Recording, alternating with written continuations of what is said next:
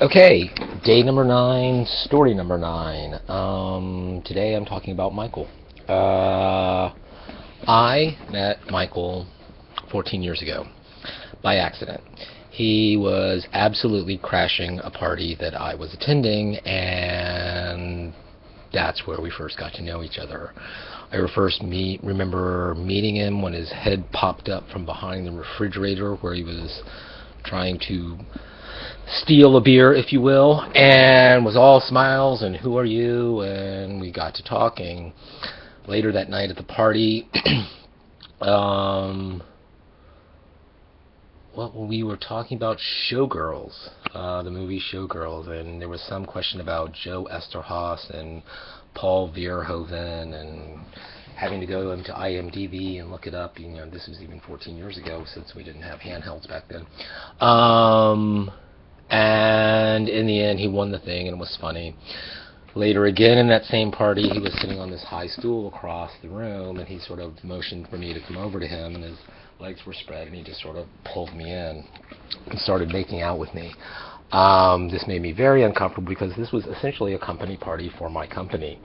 That at the time I had just been promoted and was feeling a little bit awkward and did not want to be making out with this guy randomly in front of all of my colleagues. That was the Saturday night before Thanksgiving. On the Wednesday before Thanksgiving, I was at work, and I went down to the cafeteria where lots of people sat and ate every day, and the guy who had hosted the party asked me, well, what are you doing tonight? And I said, well, I'm going to the Philharmonic to see Joshua Bell play. He said, really? He said, who are you going with? And I said, oh, I'm going with my friend Rebecca. We've been really close for a really long time, and told her that story, and he goes, so you're not going with the guy you were making out with at my party? So I paused, and I'm like, have you guys been talking about that this week? And he's like, yeah, it's all we've been talking about. So indeed, I did meet Michael, and Michael came home with me, and Michael never went home. We've been together for 14 years now. A couple at our anniversary a few weeks back. By the way, we got married a year ago on our 13th anniversary, which is a whole other story into itself. I posted something online about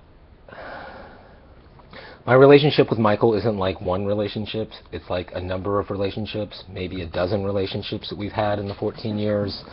Some with just us, some with other people, some managing a business, some owning a home, some building a home, some traveling across the country, some managing a theme camp at Burning Man. We have a lot of different relations, and it's those different relations that make for our longevity. Now, I said this and posted this online, and that weekend we were driving to South Carolina and listening to Chris Ryan's Tangentially Speaking. It's a podcast that I'm quite fond of, and pretty much verbatim, that's what he said was the relationship with his wife. It wasn't one relationship, it was a number of relationships over time. It sounded like word for word what I had written on Facebook the day before. So this obviously told me that it was probably Chris Ryan repeating himself, because he tends to do that, and I probably heard it on some podcast sometime this summer, and then I really did not invent it, but I just repurposed it for my own needs. Maybe. Or maybe simple minds think alike. Or great minds too. So that's basically the story of Michael. You listen closely, you might be able to hear him drilling holes in tiny little creches he's making out of steel for his family.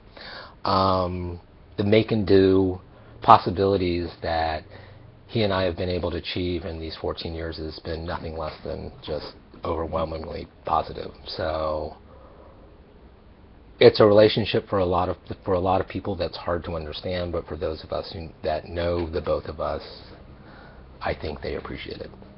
So that's the story of Michael. Something new and fresh tomorrow.